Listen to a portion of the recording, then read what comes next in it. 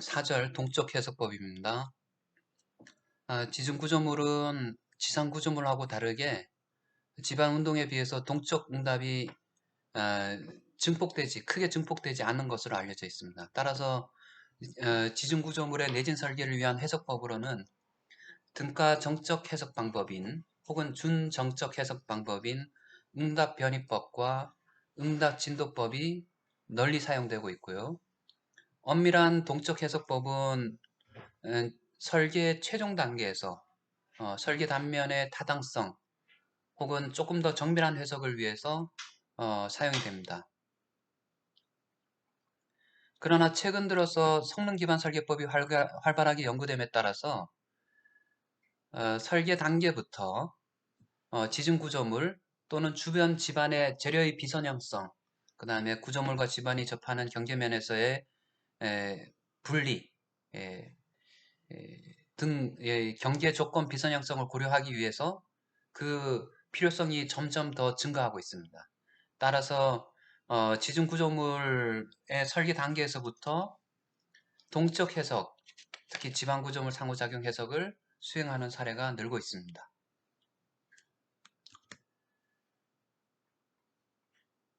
자, 지진 구조물의 동적 해석을 정확하게 수행하려면은 구조물의 동적 특성뿐만 아니라 구조물 주변 집안의 특성도 정확하게 모델링 해야 되고요. 예, 이러한 주변 집안의 효과를 고려한 지방 구조물 상호작용 효과를 잘 고려해야 됩니다. 일반적으로 지방 구조물 상호작용 은 SSI라고 부르고 SSI 효과는 원자력 발전소, 경락 구조물, 고층 빌딩, 장대 교량, 댐과 같이 굉장히 질량이 큰 구조물의 지진 응답에 영향을 미칠 수 있으며 상대적으로 강성이 작은 집안에 구조물이 위치한 경우 그 영향이 크게 나타납니다. 그러니까 집안을 우리가 강체라고 고려하지 않고 집안이 강성이 있다. 뭐 상대적으로 구조물에 비해서 탄성이라든가 그러니까 변형 형상이 예전에는 변형이 구조물에서만 일어난다고 했는데요. 이게 집안이 충분히 단단하지 않다. 이런 경우에는 집안 구조물 상호작용 효과가 크게 나타납니다. 그런데 이제 SSI 효과를 고려했을 때하고 고려하지 않았을 때 지진 응답 해석을 보면은 응답이 증폭되기도 하고 감소되기도 하고 보통 많이 감소되는데요. 어, 어, 그 그래서 이제 지진 구조물의 경우에도 안전한 설계 혹은 경제적인 설계를 위해서 SSI를 고려한 동적 해석을 수행하는 사례가 늘고 있습니다. 그래서 지진 구조물은 크게 세 가지 종류로 구분할 수 있고요. 보면은 수평 방향으로 긴 지진 구조물, 수직 방향으로 긴 지진 구조물, 수평 방향으로 넓은 지진 구조물이 있습니다. 파이프라인, 지하철, 공동구 이런 것들은 굉장히 이렇게 선형적으로 긴 구조물들이고요. 그다음 지하철 환기 시설, 그다음에 수직구 이런 지하 사일러, 수직구 이런 것들은 수직 방향으로 긴 지중 구조물입니다. 또한 지하 주차장, 대형 지하 공간, 뭐 지하 도시 이런 것들은 수평 방향으로 넓은 지중 구조물입니다.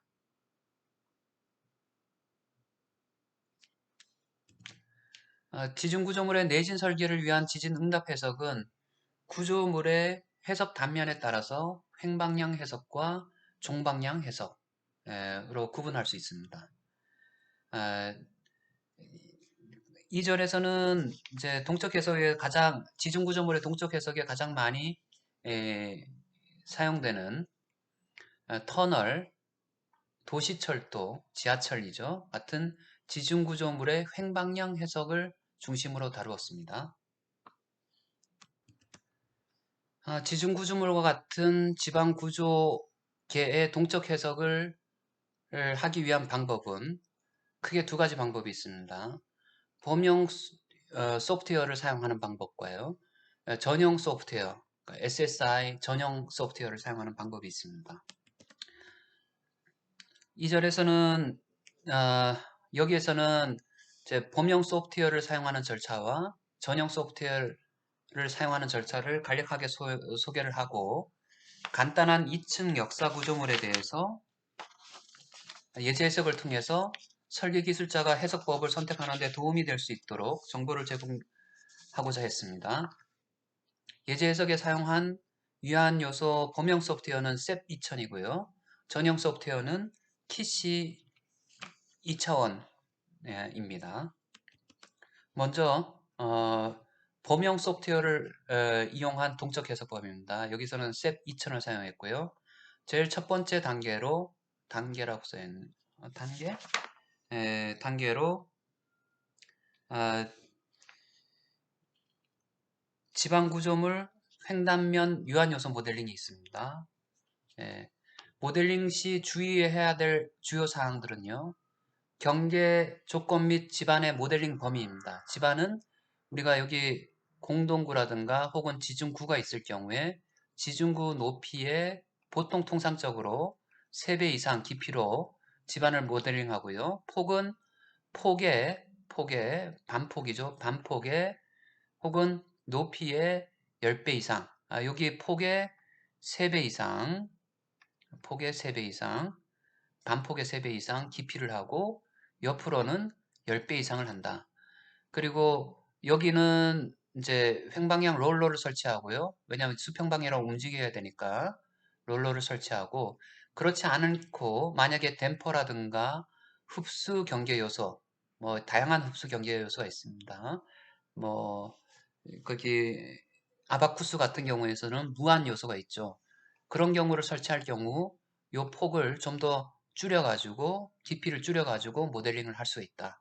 왜냐하면 이렇게 다 너무 크게 모델링 했을 경우는 우리가 보고자 하는 것은 구조물인데 집안에 너무 이렇게 비용이 많이 들어가고 우리가 실질적으로 보고자 하는 것에 거기 요소가 적게 분포될 수 있으니까 가능하면은 여기에 요소를 많이 분포하고 나머지 부분은 흡수 경계 혹은 점성 감쇄 요소를 사용해 가지고 줄여들 수가 있습니다. 그런데 만약에 흡수 경계라든가 그 점성 감쇄 요소를 사용하지 않는다라고 하면은 최대한 이 집안의 폭, 그 다음에 집안의 깊이는 이 정도는 해야지 지진파가 밖에 가서 반사돼서 돌아오는 양이 줄어든다. 왜냐하면 지진파가 여기서 흔들리고 난 다음에 밖으로 갈수록 지진파의 진폭은 줄어들게 되니까요. 충분히 줄어들어야 됩니다.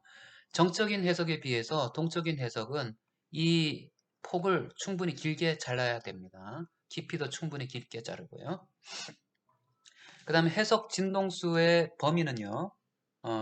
제일 첫 번째는 우리가 지금 유한요소 모델링 하는 데 있어 가지고 경계 조건하고 집안을 얼만큼 모델링 할 것이냐. 두 번째 해석 진동수. 우리가 시간 영역 해석, 진동수 영역 해석이 있는데 주로 이제 지방 구조물 상호작용 같은 경우에 있어가지고 밖으로 방사하는 파가 진동수 의존성이 있기 때문에 진동수 영역 해석에서 많이 해왔고요. 그 경우에 주요 진동수 성분인 지진의 주요 진동수 성분인 0에서 20Hz 사이는 꼭 포함을 해야 된다. 만약에 시간 이력 해석을 한다라고 하면은 시간 간격이 중요하겠죠. 그래서 대부분 시간 간격 같은 경우는 이제 계측 데이터를 그대로 사용하는 것이 좋고요. 일단 유한 요소의 크기인데요. 유한 요소의 크기를 얼마나 할 것이냐라고 했을 때 1차 형성함수, 1차 유한 요소, 예를 들어 유한 요소의 두 개 절점을 잇는 하나의 요소가 평면 요소 이렇게 사각형 있으면 절점이 4개뿐이 없는 경우 이런 경우는 이제 다음과 같은 거기 8분의 1 우리가 V분의 F라는 것은 이제 한 파장의 길이가 될 수 있는데요. 밖으로 가는 파장의 그것의 8분의 1 정도.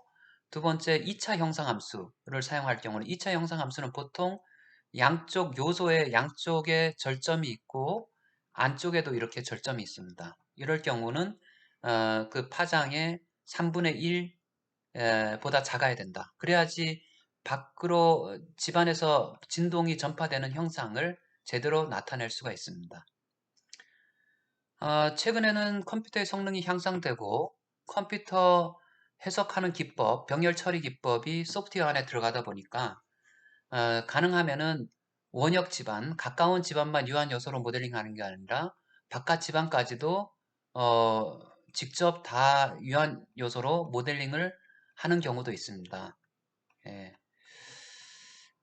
이 경우에 있어가지고 모델링을 하더라도 바깥 조건들을 어, 어떻게 어떤 외부 경계를 쓰느냐가 되게 중요합니다. 그래서 외부 경계, 요거를 근역 집안, 원역 집안, 니어 필드, 파 필드, 그 다음 원역 집안의 바깥쪽을 외부 경계에 점성 감쇄 요소, 이런 질량 감쇄 스프링 요소, 무한 요소 등을 설치할 수가 있습니다.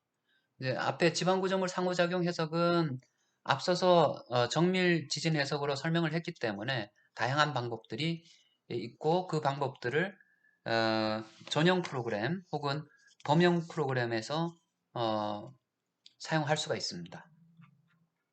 여기는 이제 외부 원역 집안 바깥에 댐퍼 혹은 댐퍼와 스프링을 설치한 경우입니다. 이제 모델링을 마치고 난 다음에 지진 입력, 어떤 지진을 입력하고 자유장 해석이 필요합니다. 그래서 지진 입력은 우리가 일반적으로 지상 구조물인 경우에는 지진 자료를 막바로 밑에서 흔들어 주게 되는데요. 지중 구조물, 특히 이제 지방 구조물 상호작용을 할 경우에 있어가지고 이 집안에 있어가지고 지진 입력이 지중해 깊이마다 다 다르기 때문에 보통은 자유장 해석을 통해 가지고 자유장 해석에서 구한 집안의 응답 변이와 속도와 가속도 응답을 지중해 공간적인 분포로 입력하는 경우가 많습니다. 따라서 임의의 지점에서의 지방 구조물 상호작용계의 응답은 자유장 응답에다가 자유장 그게 상호작용으로 발생하는 응답을 더한 것이 지방 구조물 상호작용 응답입니다. 이건 자유장 응답이고요. 추가적으로 상호작용 효과에 의해서 발생하는 응답을 더한 것입니다. 근데 지방 구조물 상호작용 응답이 이제 여기서 상호작용으로 발생해서 이게 응답인데 거리가 멀어짐에 따라서 그 크기는 상호작용 효과는 줄어든다. 그래서 집안 자유장 응답만 낳게 되는 거죠. 그래서 요 상호작용에 의해 가지고 다시 지방과 구조물의 상호작용에 의해 가지고 발생하는 상호작용 효과에 의한 진동이 바깥으로 방사돼서 전파하게 되고요. 전파할 때 거리가 멀어짐으로 인해 가지고 그 크기가 줄어들게 되고 무한대로 멀어졌을 때는 그 크기가 상호작용 효과에 관한 크기가 빵이 됩니다. 요 값이 빵이 되는 거죠. 그리고 원역으로 전파되는 경우에 있어서 물체파, 우리가 P파하고 S파인데요. S파는 어떤 점에 의해서 멀어질 때 거리 상승에 역비례한다. 그러니까 무지하게 빨리 감소하는 거죠. 예. 그래서 지방 구조물 기반면, 여기서 D점이라 그러는데요. 기반면 이 구조물에서부터 어떤 거리만큼 떨어져 있다면은 피파가 상호작용해서 전파하는데 떨어져 있다면은 D점에서의 응답은 구조물이 없는 상태에서의 응답, B점에서의 응답과 거의 같다라고 가정을 할 수가 있습니다. 요 점과 요 점은 거의 같다라고 얘기할 수 있죠. 자, 실무에서는 해석상 편의를 위해 가지고 자유장 응답 해석을 하지 않고 막바로 우리가 설계에서 주어진 집안 운동은 기반함 노드 운동입니다. 위에 아무것도 없는, 깊이가 없는, 보통 이렇게 나와가지고 요 운동이기 때문에 이 운동하고 이걸 A점에서 기반함 노드 운동하고 B점에 있어 자유장 기반면에서의 운동이 같다라고 해가지고 이 입력을 이렇게 흔들어 주게 되는데요. 실질적으로는 이 집안이 깊게 되면은 이 응답하고 이 응답이 다를 수가 있습니다. 그럴 경우는 요 A점에서의 응답하고 B점에서의 응답, 노드 응답과 기반함 노드 응답과 그 다음에 기반면에서의 응답, 노두가 아니라 응답이 서로 차이가 있을 수 있습니다. 따라서 어, 기반면 응답은 기반면 노드 응답에 비해서 일반적으로 그 고유 진동수, 집안의 고유 진동수 부분에서 전달 함수의 진폭이 감소하게 됩니다. 뒤에 보면 여기서의 응답은 예를 들어서 응답은 이런 식으로 된다 그러면은 요놈의 응답은 이렇게 줄어들게 되는 거죠.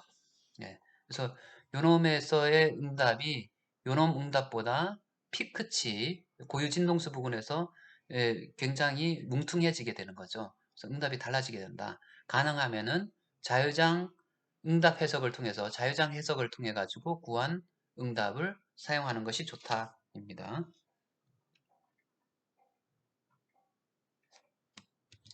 두 번째 방법으로는 범용 소프트웨어를 사용하지 않고 SSI 전용 소프트웨어를 사용해서 해석하는 방법입니다. SSI 지방 구조물 상호작용은 일반적으로 관성 상호작용, inertial, 그 다음에 운동 상호작용 두 가지 종류가 있습니다. 카이네매틱. 근데 관성이란 것이 우리가 지중 구조물 같은 경우에 있어서는 지상 구조물하고 다르게 관성 효과가 적기 때문에 일반적으로 운동 상호작용의 영향이 크게 나타납니다.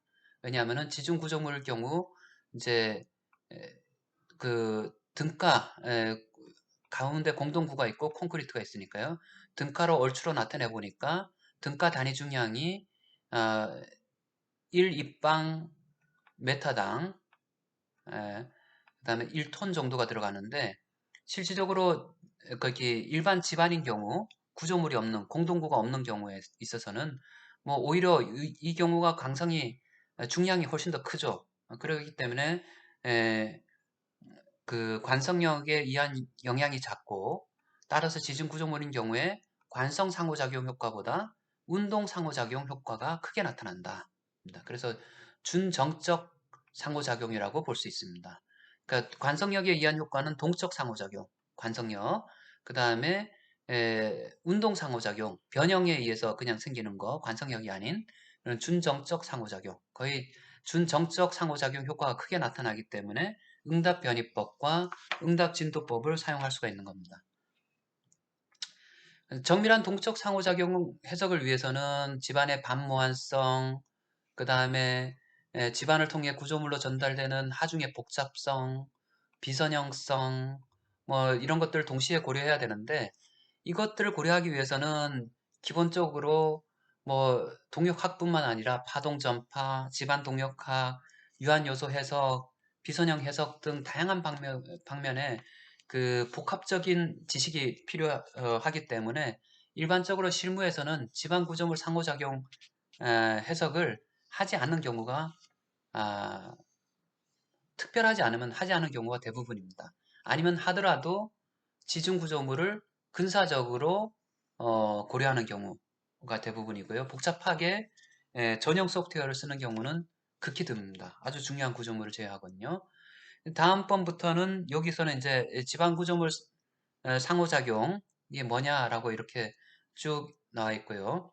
이게 건물이고 건물을 단자유도계로 모델링하고 집안 효과를 집안의 강성과 감소를 이렇게 나타냈을 때 구조물을 요 오메가 제로 값은 구조물 이런 경우 고정단어 생각했을 경우 그 다음에 수평 방향의 변이를 고려했을 경우 그 다음에 회전 변이를 고려했을 경우 구조물의 고유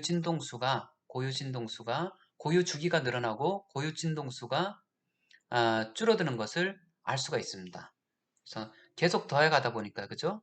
그래서 그 다음에 감쇄도 마찬가지로 이렇게 늘어나는 것을 알 수 있습니다. 보면은 집안 구조물 상호작용, 집안을 고려함으로 인해 가지고 이제 고유 진동수가 변하게 되고 감쇄가 커지게 됩니다. 고유 진동수가 변한 것이 구조물의 경우에 따라서는 응답을 크게 만들 수도 있고 작게 만들 수도 있고 대부분 경우는 작게 만들기는 한데요. 그래서 하중의 진동수 특성에 따라서 증가하거나 감소할 수가 있다는 얘기죠.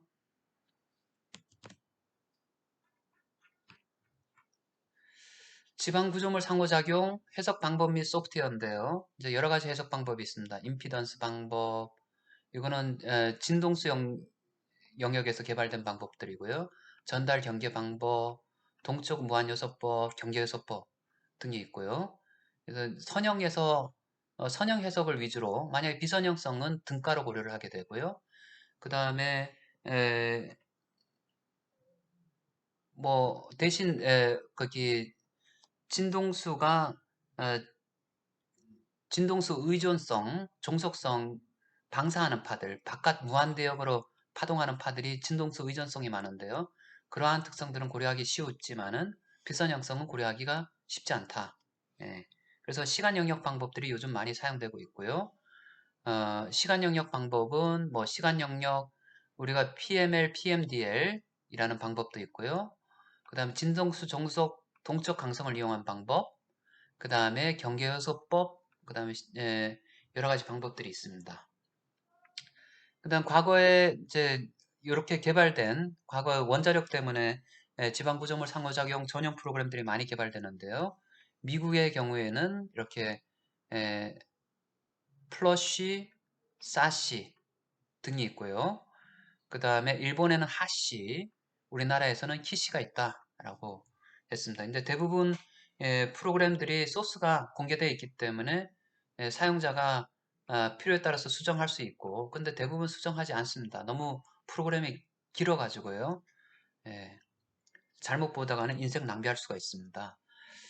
그래서 지금 이러한 프로그램들이 진동수 의존성을 고려한 이러한 프로그램들이 1980년대 후반하고 이렇게 90년대 초반에 걸쳐가지고 원자력 대만의 후알렌이라는 러퉁과 후알렌의 원자력 경락 구조물 4분의 1 모형을 만들고 강제 진동 시험하고 지진 계측 시험을 해가지고 누가 잘 받는지 비교를 했습니다. 그래가지고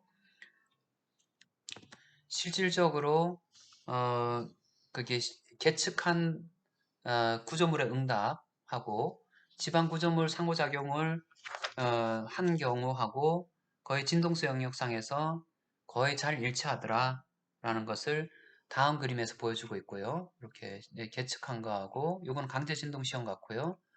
그 다음에 지방 구조물 상호작용 해석을 한 경우하고 거의 잘 맞아떨어지는 것을 볼 수 있고요. 그 다음 그림은 키시와 엔시스 복합법을 사용해 가지고 구조물의 응답을 구해 보니까 파괴되는 형상 V에서 이렇게 실질적으로 실제 붕괴된 거하고 유사한 형태의 결과를 얻을 수가 있었다는 것을 알 수가 있습니다.